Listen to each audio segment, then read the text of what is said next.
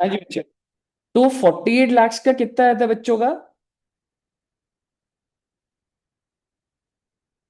13 लाख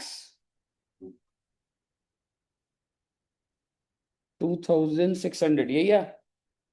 ठीक है। ऑनलाइन भी यश का भी यही आया था, वान्या जी का भी यही आया था। यस ठीक है ब्रो। यस और सर। 680 का कितना आया? सर 50,440। 50,440, यही आया था 17-20 का। सर 3,41,640। ओके। लास्ट 970। सर 1,10,760। 760। कहिए साहब जी, क्या यहाँ तक क्लियर है सब बच्चों को? ठीक है। अब मेरी बात समझिएगा।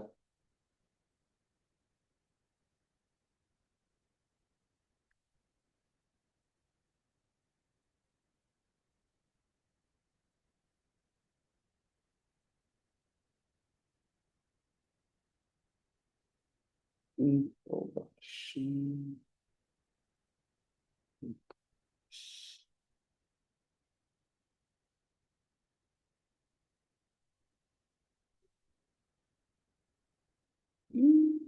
फाइल बनाई थी, बट कोई बात नहीं, लिखना तो है ही। चलो आइए लिख लेते हैं। ठीक है। अच्छा, अब एक चीज समझना बच्चे। अब मैं वैसे तो मैं कैलकुलेशन आगे ले जा सकता हूँ, बट पहले मैं थोड़ी सी अलग बातें और लिखवाता हूँ, इसी के अंदर ही है। ठीक है, कैलकुलेशन का ही पार्ट है। तो आप मुझे बताइए, अब जो लिख रहा हूं ना वो लिखना। इंडिविजुअल एच यू एफ की फुल फॉर्म पता है? Hindu undivided family. इसकी टैक्सेबिलिटी वैसे आपकी इंटरमीडिएट में नहीं है। ठीक है। ये पूरा का पूरा चैप्टर आता है आपका फाइनल में। ठीक है। Then AOP, BOI and artificial judicial person. ठीक है। सो बेसिकली आप समझिए कि मैं इन सब लोगों की बात कर रहा हूं, हालांकि आपने तो भी सिर्फ इंडिविजुअल देखा था। और सर आप इन सब की बात एक साथ क्यों कर रहे हो? क्योंकि बच्चे इन सब के ऊपर क्या लगता है? Slab rates. ठीक है। और अब मैं डिटेल्ड बात करूंगा जी। धीरे धीरे हम डिटेल्ड बात घुसते जाएंगे। तो आइए देखते हैं स्लैब रेट कौन से होते हैं। अच्छा, या तो ये सभी लोग रेजिडेंट होते हैं, या तो ये सभी लोग क्या होते हैं बच्चे? Non resident. बहुत अच्छी बात है सर जी। रेजिडेंट होंगे या फिर नॉन रेजिडेंट। रेजिडेंट अगर ये होते हैं तो 0 to 2.5 nil, 2.5 to 5 lakhs 5%, 5 lakhs to 10 lakh 20%, and 10 lakhs above 30%। बहुत अच्छी बात है सर जी। ये हो गया आपका स्लैब नंबर 1। क्या मैं कह सकता हूं यही वाला तो सीखा था हमने? ठीक है। अच्छा, ये किसके ऊपर लग रहा है सर? अब आप देखिएगा, यहीं पे आप मतलब साथ में ही ऐसे लिख सकते हो। ऐसे तुम्हें बॉक्स बनाने की तो कोई जरूरत नहीं है। सिर्फ ऐसे ही पॉइंट नंबर 1 है, स्लैब नंबर 1 जो है हमारा। ठीक है, 0 to 2.5। ठीक है। अब अगर मैं आपको बोलूँ ये किसके ऊपर लग रहा है?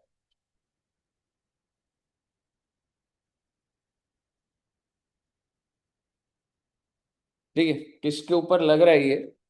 तो वो है individual who is below 60 years।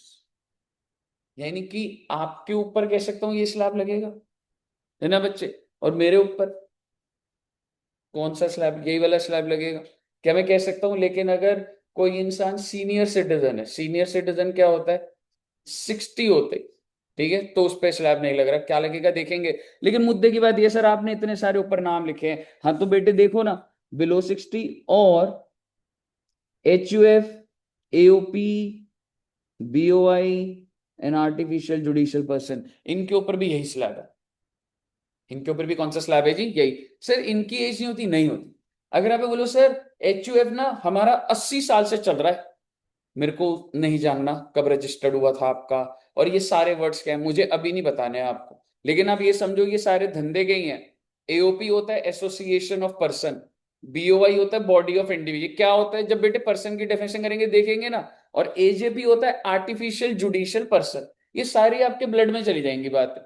लेकिन आपको इस स्लैब से ये सीखना है कि मैं एज की बात सिर्फ और सिर्फ किसके लिए कर रहा हूं, इंडिविजुअल के लिए। इंडिविजुअल बिलो 60 उसके लिए स्लैब है, और HUF AOP BOI artificial judicial person. बहुत अच्छी बात है सर। अब आप मुझे नेक्स्ट बताइए सर, अगर कोई 60 इयर्स का हो गया तो 0 to 3 lakhs, 3 lakh to 5 lakhs, 5 lakh to 10 lakhs, and 10 lakhs above, nil, 5%, 20%, 30%। अच्छा जी, हाँ जी बच्चे, इसका मतलब ये कौन से इंडिविजुअल पे होगा बता सकते हो आप? हाँ, अबव 60 लिखूं या 60 और अबव लिखूं? मतलब एग्जैक्टली exactly. जैसे ही आप 60 के होगे स्लैब नंबर 2 लगेगा। फायदा मिल रहा है, क्या फायदा बताओगे बच्चे?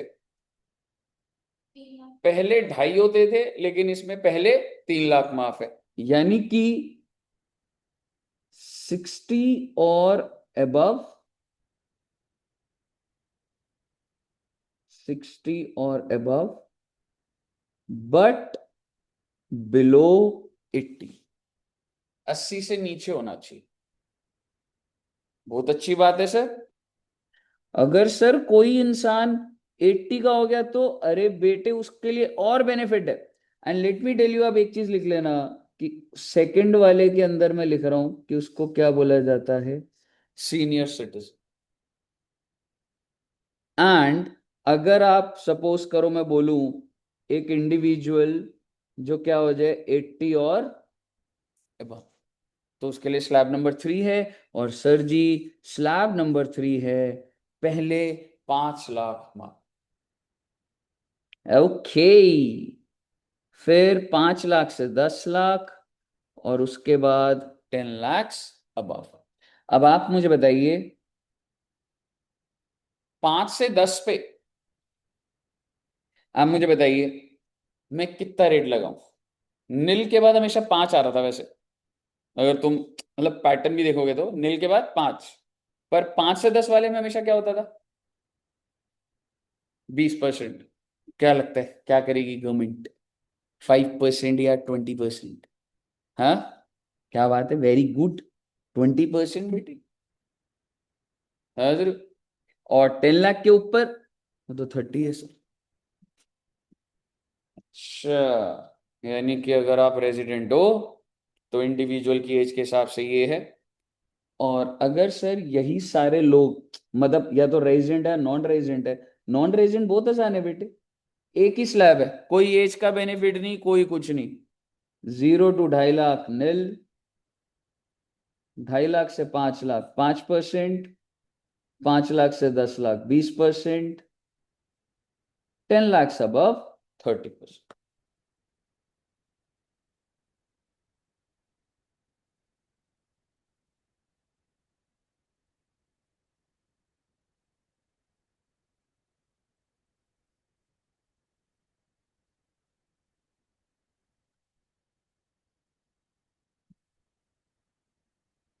कहिए साहब जी, क्लियर है? ओके, तो ये अगर अब मैं आपको बोलूं कि एक नॉन रेजिडेंट है इंडिविजुअल है और वो 90 ईयर्स का है, तो कौन सा स्लैब लगाओगे? 1 2 3 4 कौन सा स्लैब? हम्म, एक बार ध्यान से सुनना। Non resident 90 years of age, fourth वाला। हाँ, ठीक है, resident 90 years of age, third वाला लग जाना। सेट है कहानी? अगर यहां तक कहानी सेट है तो आप बेसिकली अभी चीजें लिखते ही जाना। ये लिख लिया सब बच्चों ने? अब इसके नीचे लिखना बच्चे, रिबेट अंडर सेक्शन 87A। अरे सर ये लिख लिया था। अरे बेटे अलग से कायदे से लिखाया जाता है दोबारा से।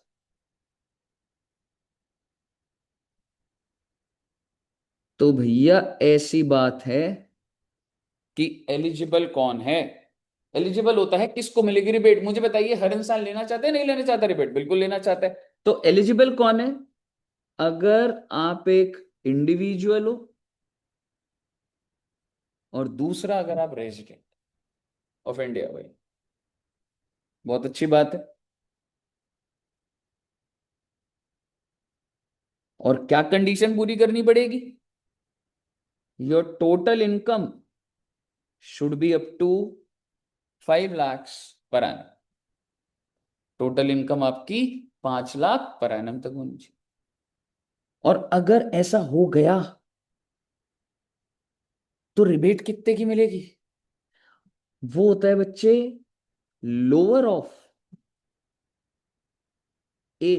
लोअर ऑफ यानी कि जो एक्चुअल टैक्स बनता हुआ आ रहा है। याद है आपने 4 लाख पे एक्चुअल टैक्स 7500 निकाला था?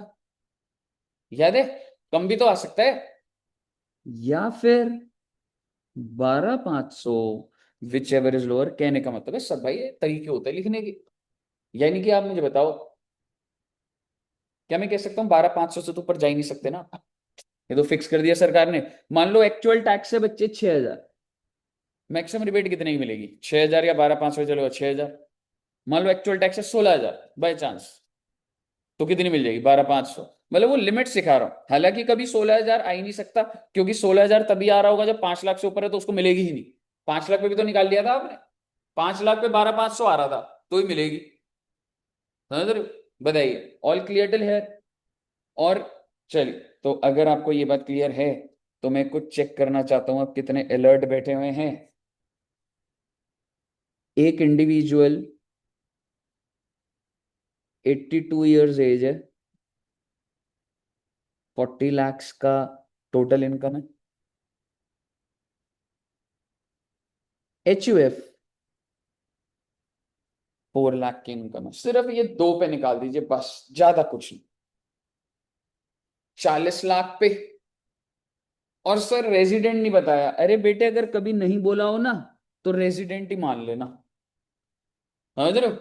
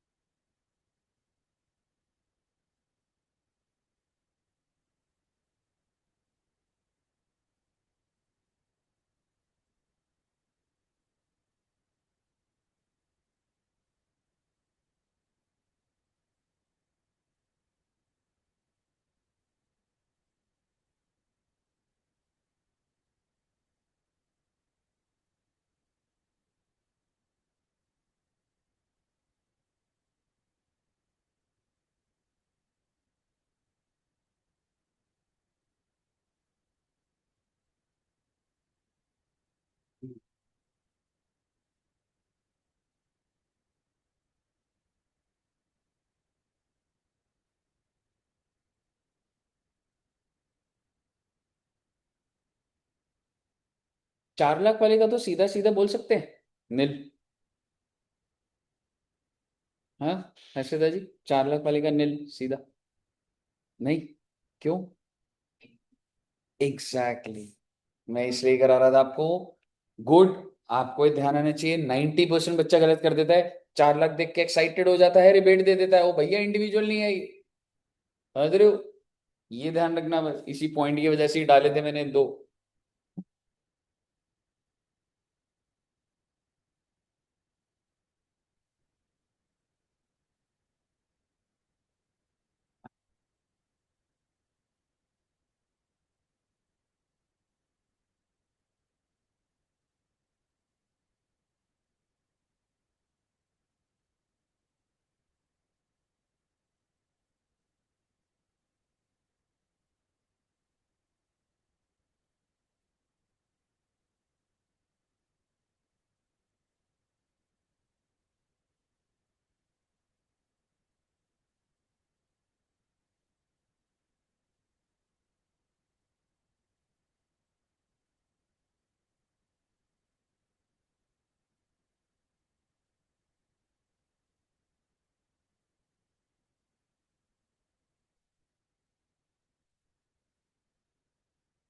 40 लाख का है बच्चों का। 10,40,000। ठीक है। ठीक है, होगा बच्चों।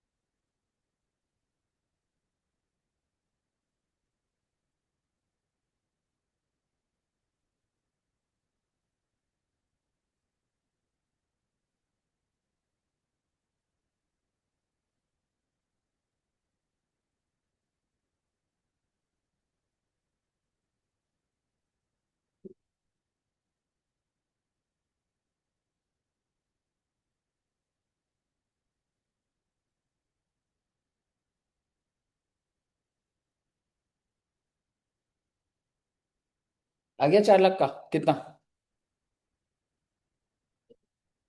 कितना? 7,800। ठीक से। HEC भी जोड़ दिया था। ओके। ठीक है, मेरा मेन पर्पस ये था कि आप कहीं गलती से इसको रिबेट ना दे दे। ठीक है, रिबेट नहीं मिलने की इसको। बहुत अच्छी बात है सर जी। अब आप समझिए, एक नोटिफिकेशन आया। अब बड़े अच्छे से समझना एक बार एक चीज को। अब तुम सब बच्चों को वैसे एक आइडिया, प्रीवियस ईयर का आइडिया है ना? कुछ बच्चों को नहीं होगा। हर्षदा जी को पता था प्रीवियस ईयर क्या होता है? नहीं ना? बताया था ना?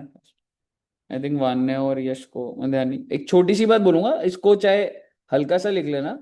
क्या आप मुझे बता सकते हो अभी अभी जो फाइनेंशियल ईयर खत्म हुआ है वो कौन सा है? 24-25? इनकम टैक्स वाले फाइनेंशियल ईयर वर्ड यूज नहीं करते। इनकम टैक्स वाले कहते हैं फाइनेंशियल ईयर की जगह हम नाम बोलेंगे। क्या नाम बोलेंगे? Previous year. तो अभी अगर मैं PY लिखूं, दैट्स प्रीवियस ईयर। तो प्रीवियस ईयर भी कौन सा खत्म हो चुका है, मतलब फाइनेंशियल ईयर 24-25 बोल लो या प्रीवियस ईयर 24-25 बोल लो, एक ही बात होती है। और एक और वर्ड होता था कौन सा बच्चे? Assessment year. असेसमेंट ईयर कौन सा है बच्चे? 25-26। मतलब सर, एक छोटी सी बात बोलूंगा। अगर फाइनेंशियल ईयर 16-17 है, तो क्या आप मुझे प्रीवियस ईयर बता सकते हैं? 16-17 सेम होता है ना? प्रीवियस का मतलब पिछला नहीं होता था। ठीक है, फाइनेंशियल ईयर क्या होता है? अकाउंट्स हमने सीखा था, बस वो नाम बदल गया इनकम टैक्स में। अब वो फाइनेंशियल वर्ड यूज नहीं करते, वो क्या बोलते हैं? Previous year. ठीक है। और असेसमेंट ईयर हमेशा नेक्स्ट ईयर होता है। तो अगर प्रीवियस ईयर 16-17 है, तो असेसमेंट ईयर कौन सा होगा बच्चे?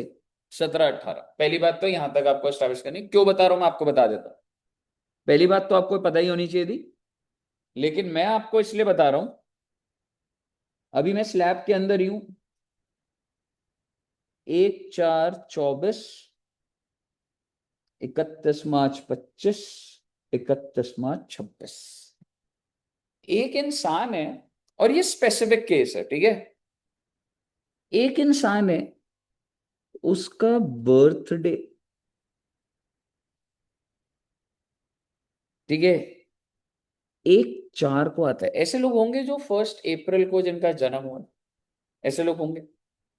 होंगे ना? बिल्कुल। तो सर, अगर मैं आपको बोलूं कि उस इंसान का यहां पर जो है 1/4, 1/4/25, अभी अभी जो निकला, आई थिंक अभी 25, अभी नवंबर 25 चल रहा है ना? तो 1/4/25 को भी कई लोगों का बर्थडे होगा। वो बंदे का 60th बर्थडे था ये। वो बंदा 60 साल का हुआ। यानी कि उसका पिछले साल जब 1/4 को बर्थडे था, 1/4/24, तो कौन कितने इयर्स का हो गया था वो? 59। ऐसे होता है ना? ठीक है, तो इसका मतलब वो इस पूरे साल में कितने इयर्स का है? 59। इस साल कितने का बोलूंगा उसे? 60। यही कॉमन सेंस होती है ना, ऐसी होता है ना। सर पहले ना मैं 25-26 पूछ लेता हूं आपसे। वो भाई 25-26 में जो भी कमाएगा, ठीक है, मान लो प्रीवियस 25-26 है, जो भी कमाएगा, आपके हिसाब से 25-26 का स्लैब कौन सा लगेगा उसका? थर्ड वाला। क्या मैं कह सकता हूं स्लैब नंबर 3? सर अगर किसी का जन्म यहां हो बेटे, उससे क्या फर्क पड़ता है अगर उस साल में 60 साल के हो गए? तो ऐसे नहीं होता कि पहले 6 महीने 59 का, ऐसे नहीं होता। स्लैब डिसाइड हो जाता है। अगर तुम इस साल में तुम अपना भी बर्थडे प्रिडिक्ट कर सकते हो, जैसे अगर मैं बोलूं आज रुद्रांश का बर्थडे 7 नवंबर को होता है, तो आज वो 3 इयर्स कंप्लीट हुए, तो कह सकता हूं 3 साल का पूरा हो गया ना। ठीक है। तो अगर ऐसी कोई इंसान आज अगर 60 साल का होता आज ही के दिन, तो उस पर कौन सा स्लैब लगता? स्लैब 3 लगता। और अगर वो आज ही 80 साल का होता तो आपने स्लैब 3 बोल दिया, स्लैब 2 बोलना चाहिए था। 60 पे तो स्लैब 2 लगेगा ना, है ना। और 80 पे कौन सा लग जाएगा? स्लैब 3 लग जाएगा। समझ रहे हो ना? सर ये इतनी गहरी बात कर, अरे बेटे सुनो तो सही एक बार। और पिछले साल कौन सा स्लैब लगेगा? बिकॉज ही वॉज 59, तो slab number 1। Answer is no. यहां भी स्लैब नंबर 2 लग रहा है। क्या बात कर रहे हो सर? बेटे सरकार कह रही है अगर आपका 1/4 को जन्म हुआ है ना, तो हम ये मान लेंगे आपका जन्म 31 मार्च को हुआ है, सरकार की वजह से आपको एडवांस बर्थडे गिफ्ट मिल गया। सरकार ने आपको, जिनका सिर्फ 1/4 को जन्म हुआ है, उनका ये मान लिया जाएगा कि 31 मार्च को ही उनका जन्मदिन है। और इसका मतलब 31 मार्च को अगर उसका जन्मदिन है, तो 31 मार्च को वो 60 का हो गया। और उस पर स्लैब कौन सा लग गया? Slab number 2। अब मुझे बताइए, ये इंडिविजुअल के लिए फायदे की बात है, नुकसान की बात है? फायदे की बात। वो 59 ईयर्स का है पूरे साल, पर उसको 60 माना जा रहा है। और 60 माना जाएगा क्योंकि 31 मार्च का बर्थडे होगा। तो उस पे स्लैब कौन सा देगा? 2। अब उसमें पहले 2.5 लाख की जगह पहले 3 lakh.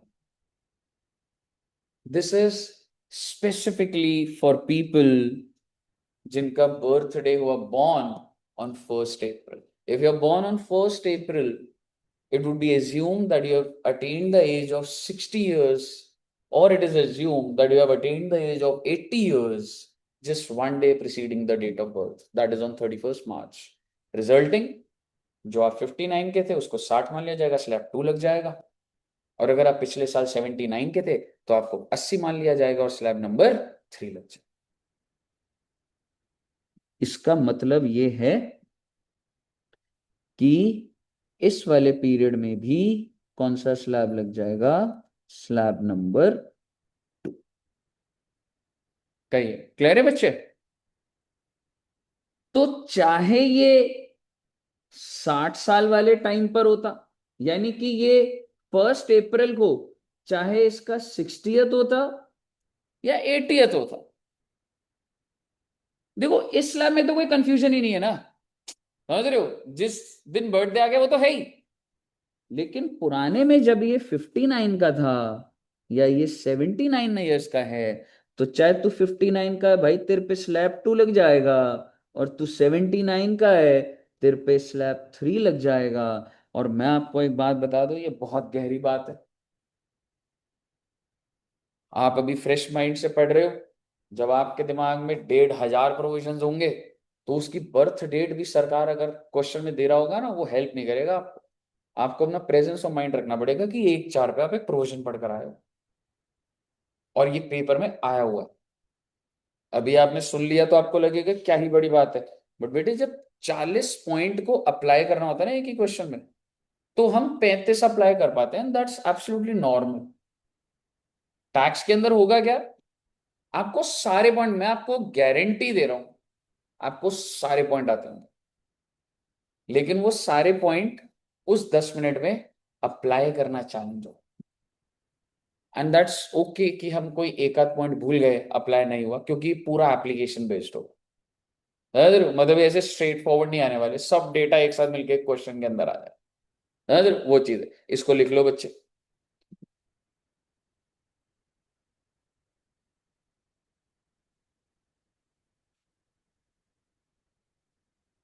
As per CBDT notification,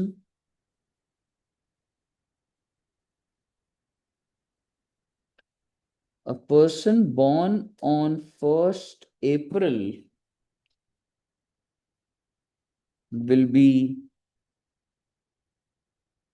deemed to have attained the age of 60 years or 80 years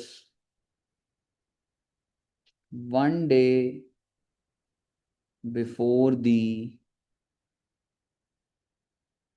date of birth। समझ रहे हो? और वन डे बिफोर का क्या मतलब है? 31 मार्च मान लिया जाएगा, रिजल्टिंग उस पे स्लैब भी बदल जाएगा बेटे। Okay.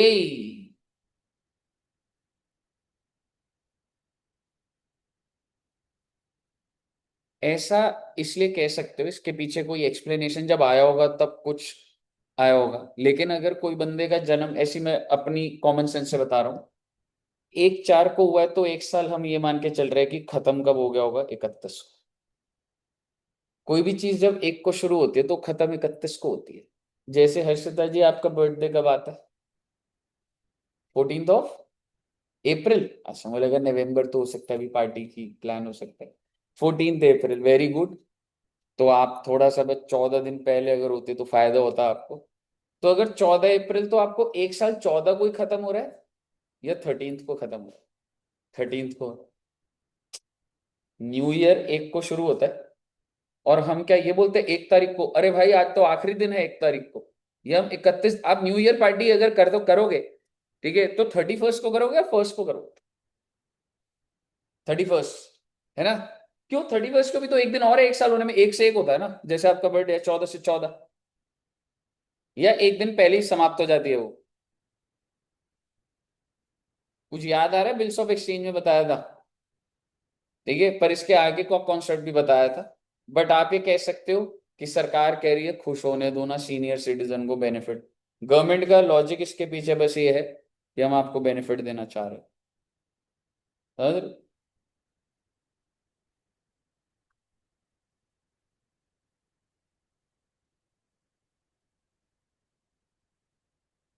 Okay,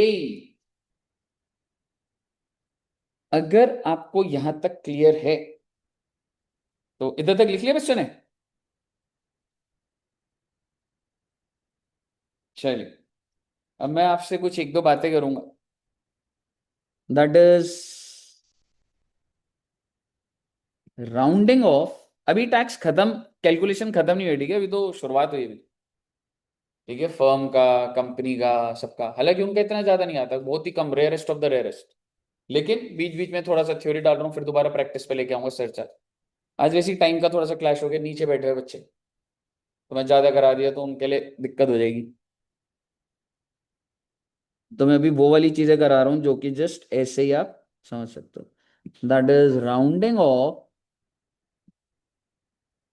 of total income and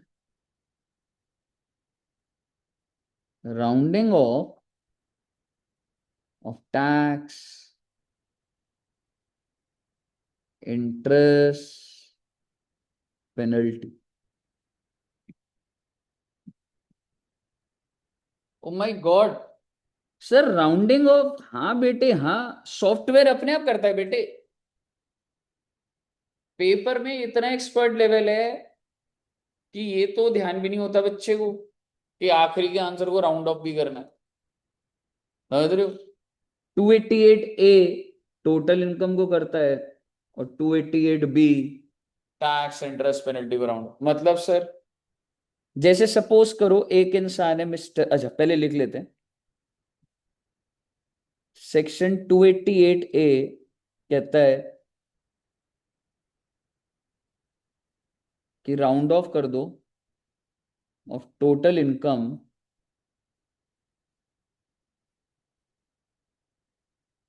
to the nearest multiple of ₹10। 10 रुपए के मल्टीपल पे बच्चा, to the nearest multiple of ₹10। अच्छा जी। और एक लाइन छोड़ देना अभी, ठीक है, एक लाइन छोड़ देना, थ्योरेटिकली लिखाऊंगा, पहले कॉन्सेप्ट समझा देता। 5,18,324 अगर ये आपकी टोटल इनकम है, तो क्या आप इसको राउंड ऑफ कर पाएंगे? 5,18,320, very good. Why? Because to the nearest multiple of 10। 5,18,327, 5,18,330, इसमें किसको फायदा हुआ, सरकार को या इंडिविजुअल को? सरकार को। 3 रुपए से इनकम बढ़ा दी।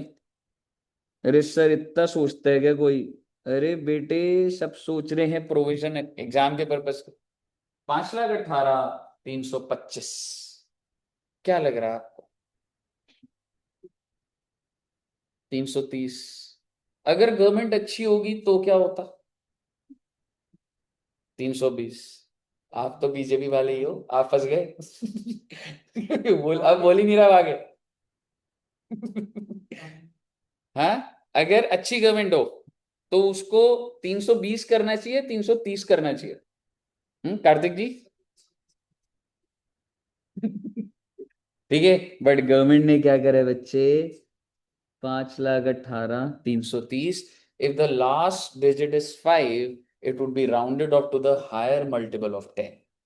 ये लिखेंगे ऊपर वाले में ही, if last digit is 5, it would be rounded off to the higher multiple of ₹10. Okay. अच्छा जी। एंड बिलीव मी, आप इंस्टीट्यूट के आंसर्स और वो देखोगे ना, भाई भी तुमने शुरू करा है, जब तुम सारे पॉइंट देखोगे ना, ऐसे वो आंसर में आखिर में राउंड ऑफ भी कर रहे हैं, मतलब वो याद भी नहीं रहता। ठीक है, तो मतलब ये अभी ये पॉइंट्स ऐसे आते जाएंगे आते जाएंगे आते जाएंगे, ऐसे वो है, तो मतलब स्टार्टिंग से ही बोल रहा हूँ कि सब याद ही कर लो। याद करोगे तो ही हम क्वेश्चंस पे आगे जा सकते हैं, और वो चीजें तो बहुत ही, मतलब तुम जितना सोच सकते हो ना, जितना एक एक वर्ड पे माइन्यूटली ऑब्जर्व करना है उतना है भाई। मतलब जितना सोच सकते हो। अगर ऑफ ट्रैक होगा तो मैं बता दूंगा, नहीं नहीं भाई वो नहीं सोचना, पर जितना क्रिटिकल सोच सकते हो ना, जितना प्रोफेशनली, उतना प्रोफेशनली सोच सकते हो आप टैक्स में। Next is 288B। सर इसमें भी सेम है, rounding off to the nearest multiple of 10। If the last digit is 5, it would be rounded off to the higher multiple of 10। ठीक है, सेम लिख दो बच्चे, है ना, आप लिख देना, आप मेहनत करो अभी। ये भी सेम बात, ये भी सेम।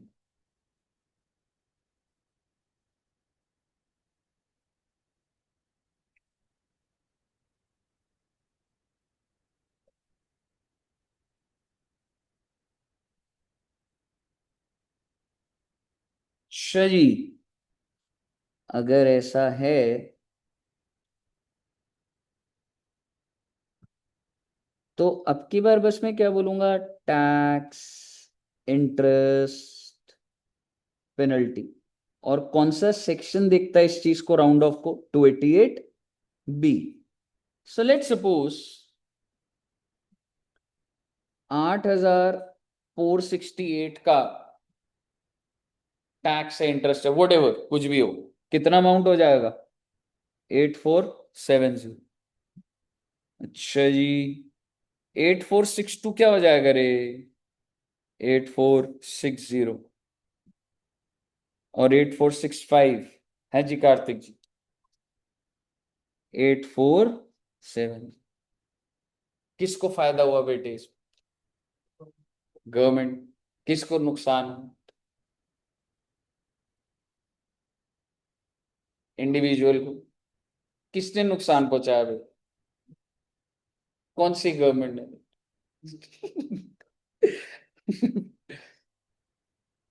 ये बीजेपी वालों से पंगा लेना है, डेंजर होता है।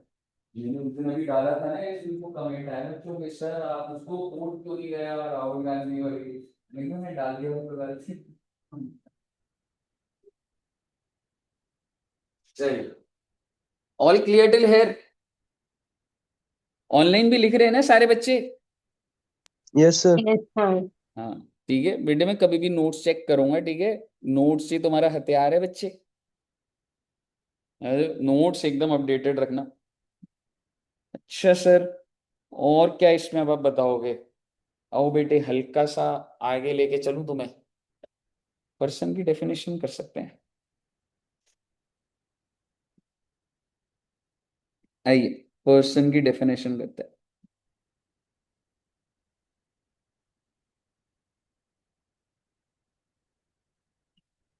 अभी ना टैक्स कैलकुलेशन खत्म नहीं हुआ, पर मैं आगे नहीं बढ़ा पा रहा क्योंकि टाइमिंग का, कुछ बच्चे उधर बैठ गए, तो मैं जैसे ही वो स्लॉट शुरू करा तो अगली क्लास उनकी आउट हो जाएगी।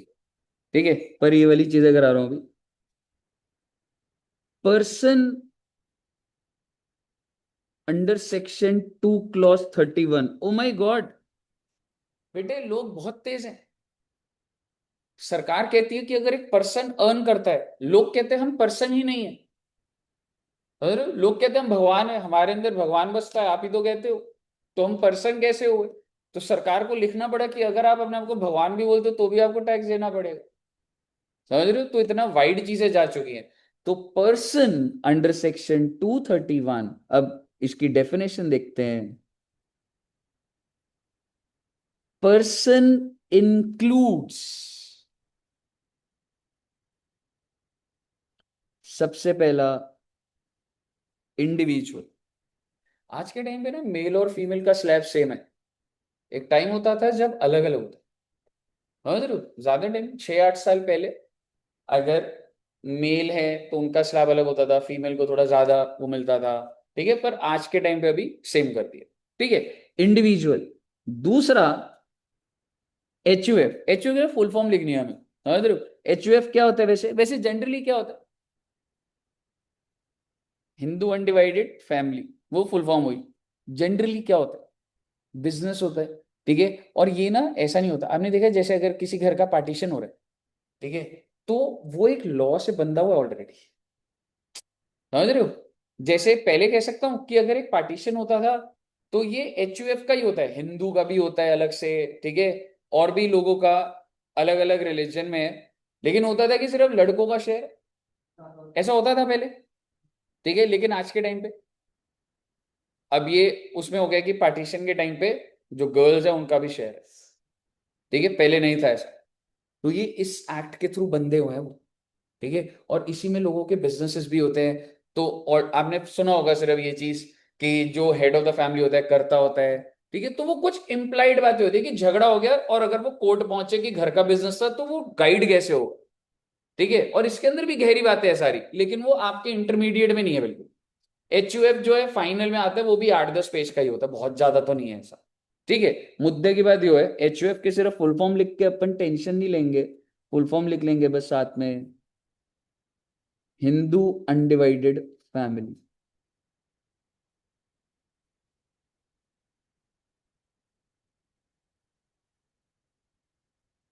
अच्छा जी। फर्म्स, ओहो, पार्टनरशिप फर्म्स या फिर एलएलपी। एलएलपी क्या होता है? फुल फॉर्म सिर्फ लिमिटेड लाइबिलिटी पार्टनरशिप। अच्छा, वैसे अनलिमिटेड लाइबिलिटी समझते हो क्या होता है? क्या होता है भाई साहब? अगर आज एड्यू जंक्शन पार्टनरशिप फर्म है और अगर हमने लोन ले लिया फर्म के नाम पे, और अगर ये फर्म नहीं दे पाया तो बेटे मेरे घर के एसेट बिक जाएंगे। लेकिन कंपनी में ऐसा नहीं होता। समझ रहे हो? आपने विजय माल्या जी को देखा होगा रील में, उन्होंने कहा मैंने 1 रुपया नहीं लिया, कंपनी ने लिया, कंपनी डूब गई, सेपरेट लीगल एंटिटी, ठीक है, विच मेक्स परफेक्ट सेंस। समझ रहे हो? ठीक है, बैकएंड में उनका बिजनेस नहीं चला, लोन नहीं रीपे कर पाए, एंड क्योंकि जो ओनर है, आज रिलायंस का हम सोचते हैं तो ओनर तो अंबानी जी आते, ठीक है, लेकिन उनका एक्चुअली उन्होंने कोई फ्रॉड नहीं करा था, वो रीपे नहीं कर पाया बस इंसान, ठीक है। विजय माल्या ने कोई ऐसा नहीं था कि पैसा लेके भाग गए हो, ठीक है, उन्होंने बिजनेस खोला, उन्होंने 500 जगहों पे चीजें इन्वेस्ट कर दी, उससे रिटर्न नहीं आया, पर मैं बैंक का लोन रीपे नहीं कर पाया। समझ रहे हो? तो वो क्रंच हो गया उनका बिजनेस एकदम। समझ रहे? फ्रॉड इंटेंशन नहीं थी, लेकिन बिजनेस फ्लॉप हो गया, ठीक है। मुद्दे की बात वो है कि फर्म्स एलएलपी, ठीक है, पार्टनरशिप फर्म्स पे टैक्स रेट अलग होगा, हाँ बच्चे अलग होगा। देन इफ आई से एओपी बीओआई, इसके ऊपर मेरे को बात करनी है, लेकिन आप पहले लिख लीजिए एओपी की full form association of person, या फिर बीओआई होता है बॉन्ड बॉडी ऑफ इंडिविजुअल। अरे ये क्या होता है? अरे बेटे अभी एक बार पहले नाम पूरे लिख लेते हैं, फिर नीचे वर्किंग नोट में देख लेंगे। Then sir company, foreign company भी हो सकती है और डोमेस्टिक कंपनी भी हो सकती है।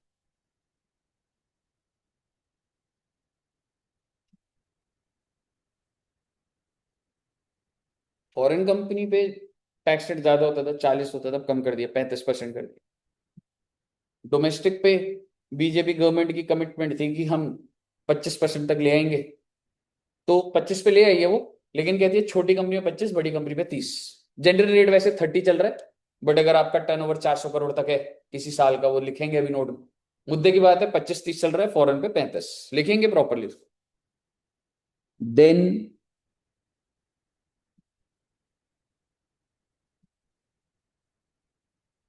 एम्स लोकल अथॉरिटी, एमसीडी और वो एग्जाम्पल हो जाएंगे। Then you have local authority, मतलब सर एमसीडी, डीडीए, एनडीएमसी। अब देखते हो ना, एमसीडी के इलेक्शंस भी होते, सारी की सारी गवर्नमेंट्स आ गई, ठीक है। मान लो कोई भी अगर बोले भाई सरकार इसमें नहीं आ रही, ऐसा कुछ नहीं है, ठीक है। और देखते हो जैसे डीडीए का तो हाउसिंग वो होता है ना, दिल्ली डेवलपमेंट अथॉरिटी है, कि हाउसिंग प्लान निकालते हैं, लॉटरी होती है, सस्ते घर मिल रहे हैं, सबको घर देना है, ऐसे करके इन सबका है, तो ये भी कहाँ आ जाते हैं? लोकल अथॉरिटीज में आ जाते हैं। तो ये भी पर्सन है। Any other artificial judicial person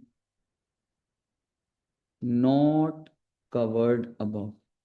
इसके अलावा अगर ऊपर में आप नहीं आए तो आप नीचे आ जाओगे। मतलब ये बेटे कि स्कूल्स, जैसे एनजीओ होते हैं ना, स्कूल्स कॉलेजेस, हालांकि एनजीओ भी कंपनी में रजिस्टर्ड है तो ऊपर चला जाएगा वो, ठीक है।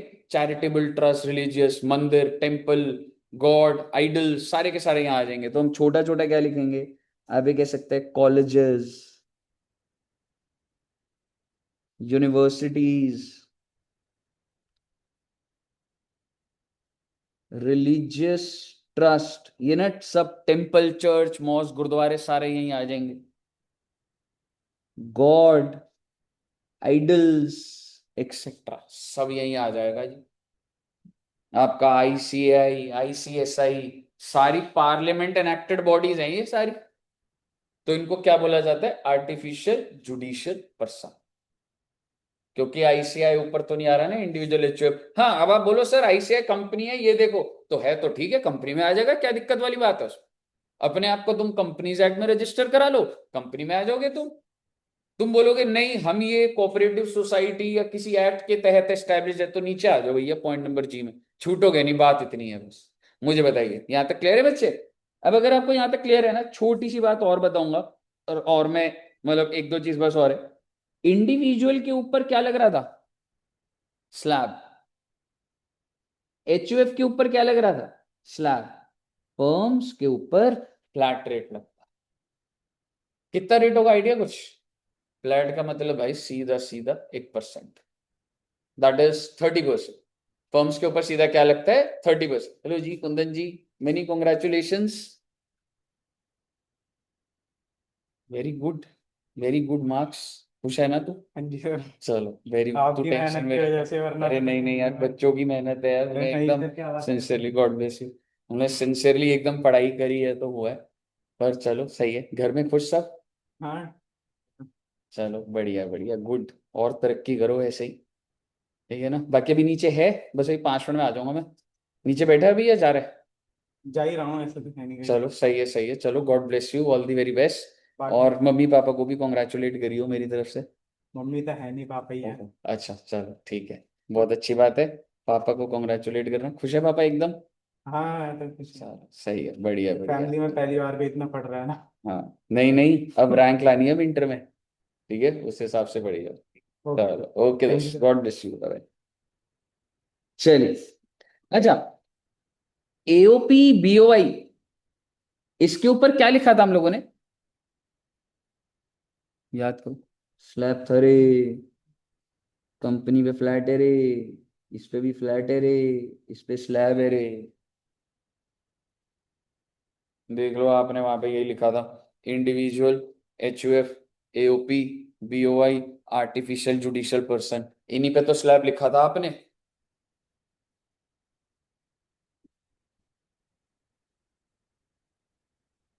अगले सवाल ऐसे आ जाते हैं, ऐसी आज तो नहीं कराना मैंने ये, सर जी सरचार्ज कितना है? बेटे सब पे अलग अलग रेट है, समझ रहे हो? इतनी इनकम पे, जैसे इंडिविजुअल का ऐसे लिखा था अभी तो, बेसिक 50 से ऊपर, और ये कंपनी पे अलग है, फॉरेन पे अलग है, लोकल अथॉरिटी पे अलग है, सब पर अलग है, वो चीज है। मुद्दे की बात ये है बच्चे कि एओपी क्या होता है। अगर कोई दो पर्सन, अब आपको ना पर्सन की डेफिनेशन पता है, पर्सन, एसोसिएशन ऑफ पर्सन क्या होता है? क्या मैं कह सकता हूं ये सब पर्सन ही तो है? अगर कोई दो पर्सन मिलके एक अनऑर्गेनाइज्ड एक्टिविटी करें, अनऑर्गेनाइज मतलब, मान लो मैं एक कंपनी हूं, मेरा सारा सही चलता है, धंधा पूरा सेल रिकॉर्डेड है, सब कुछ है। आप एक फर्म हो, मैं कंपनी हूं, आप एक फर्म हो, और हम दोनों मिलके एक कॉन्ट्रैक्ट कर रहे हैं, कमर्शियल एक्टिविटी, और वो कहीं पे रिकॉर्डेड नहीं है, समझ रहे हो? Unrecorded, unstructured activity getting caught. अरे भाई ये रोड कौन बना रहा है? कह रहे पता नहीं। और उनको पता लगा ये कंपनी अपने रिकॉर्ड्स में दिखाई नहीं रही, और ये फर्म के साथ जॉइंट वेंचर या कुछ उस तरीके से, मैं जॉइंट वेंचर में लिखी थी बात नहीं है, समझ रहे हो? अगर एक काम कोई कर रहा है, अकेला बंदा नहीं कर रहा, दो लोग मिलकर, दो पर्सन, जैसे मान लीजिए एओपी को आप कह सकते हैं कि मान लो एक कंपनी प्लस एक फर्म। सर इसमें इंडिविजुअल भी जोड़ दे भाई। सर इसमें एक और कंपनी भी हो सकती है, दो होने चाहिए, दो से ज्यादा कितने भी जा रहे हो, तो इसको मैं क्या बोलूंगा? एओपी। एक बार पहले ये समझना। और सर बीओआई का मतलब क्या है? बीओआई में होवे है इंडिविजुअल ही इंडिविजुअल, नाम से ही डिफाइन हो जाएगा, बॉडी ऑफ इंडिविजुअल। यहां पे भी दो या फिर दो से ज्यादा, बट एक बात है कि यहां पे सिर्फ और सिर्फ कौन होंगे? इंडिविजुअल। अगर इनमें कोई एक भी अदर देन इंडिविजुअल आ गया तो वो एओपी बन जाएगा।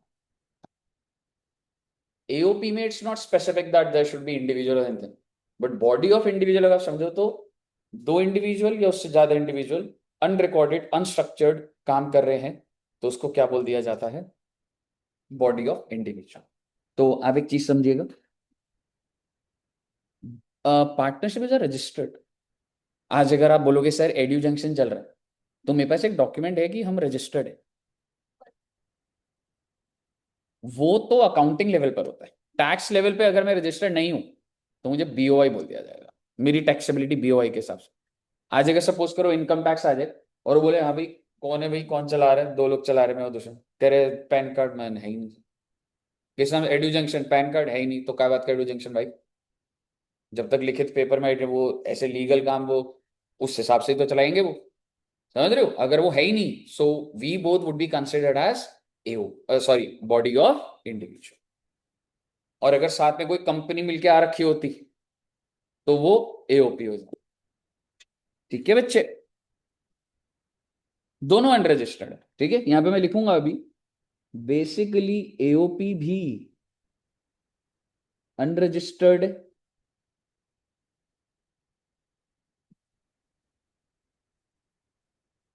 और ये भी unregistered. Then you can say ये लोग क्या एक्टिविटी कर रहे हैं, it is a commercial activity. और बीओआई की भी कमर्शियल एक्टिविटी। लेकिन एओपी में ना बच्चे बिजनेस इंटेंट होता है बेटा, मतलब वो इसको एज धंधा चला रहे, बिजनेस है उनका। लेकिन बीओआई में business intent is not necessary. Sir ji ये क्या बोल रहे हो आप? एक घर है वो डिस्प्यूटेड है, तीन भाई हैं, किराया आ रहा है, मैं क्या बोलूं किसके नाम की प्रॉपर्टी है? डिस्प्यूटेड हो गई ना तीन भाइयों में। मैं कहूंगा भाई मुझे नहीं समझ आ रहा इनकम टैक्स, कह रहे बॉडी ऑफ इंडिविजुअल मान के तुम्हारे को टैक्स लगा रहा हूं तुम्हारे ऊपर, इंडिविजुअल भाइयों पे नहीं लगेगा। ये इनकम कहां जा रही? बॉडी ऑफ इंडिविजुअल में, समझ रहे हो? तो उधर तो उनका कोई बिजनेस इंटेंट नहीं है ना। वो एक प्रॉपर्टी डिस्प्यूटेड है पर किराएदार चल रहा है तो ठीक है। एक जगह पे कोर्ट में, कोर्ट ने बोला ये सारा पैसा एक अकाउंट में डालो, कोई हाथ नहीं लगाएगा, जब डिसाइड होगा उसको मिलेगा। लेकिन भाई सरकार बोलेगी भाई साइड तो कर दिया, टैक्स तो लगाएंगे, पर हम किस नाम से लगा देंगे? Body of individual. इससे ज्यादा आपको कोई भी डिटेल जानने का ऐसा नहीं है। कई ये साहब जी क्लियर है बच्चे? अगर आपको ये क्लियर है तो बस एक लास्ट छोटी सी चीज और फिर नमस्ते बेटे। और लास्ट छोटी सी चीज है, टोटल इनकम 18 lakhs, और आप फर्म के लिए बता दीजिए, बस जिंदगी आसान है, फर्म के लिए है।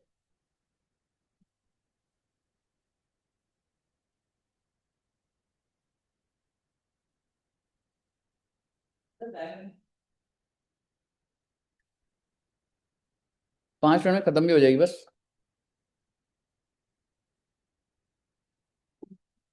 18 लाख के ऊपर फ्लैट रेट लगेगा। कैसे लिखोगे? फर्स्ट टाइम करो बताता हूँ।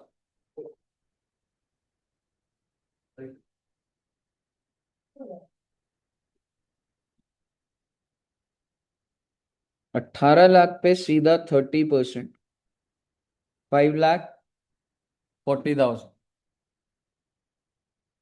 Less rebate. क्या कहते हो, लिखूं कुछ? एलिजिबल तक नहीं है ये तो बस मैं लिख रहा हूं भी, आप नए नए भी आए हो तो। कितना आ जाएगा? 5,40,000। एड सरचार्ज, सरचार्ज नहीं लगेगा, जस्ट अभी जनरल नॉलेज बता दूं, 1 करोड़ से ऊपर होता तो सरचार्ज लगता।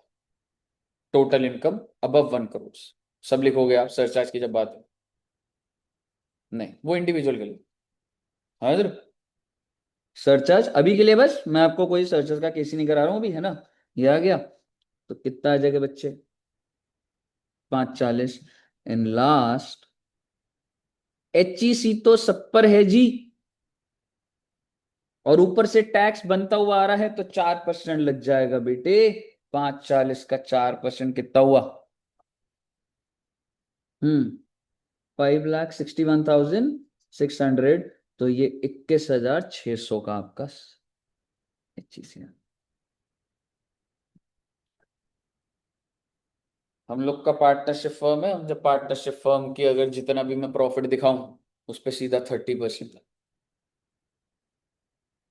और हम एज इंडिविजुअल जो है, हमको क्या मिल रहा है?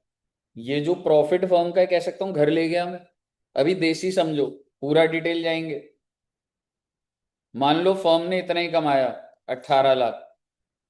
जो फर्म के पास बचा वही तो मेरा और दुष्यंत सर का आधा आधा, खर्चे वर्चे माइनस करके। फर्म पे टैक्स कितना पड़ गया? 30%। घर ले गए हम बाकी।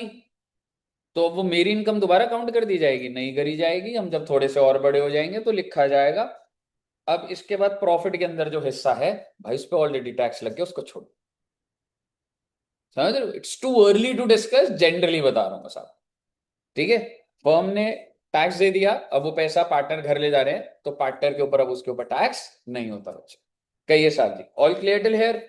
चलिए, तो मेरे हिसाब से इतना रखते हैं बच्चे। और हर्षिता जी, साक्षी को ने नोट्स दे देना, और वैसे ग्रुप में, ठीक है, क्योंकि यहां तक उनका हो जाएगा तो ही मैं सिमलेसली फिर आगे जाऊंगा। ठीक है जी?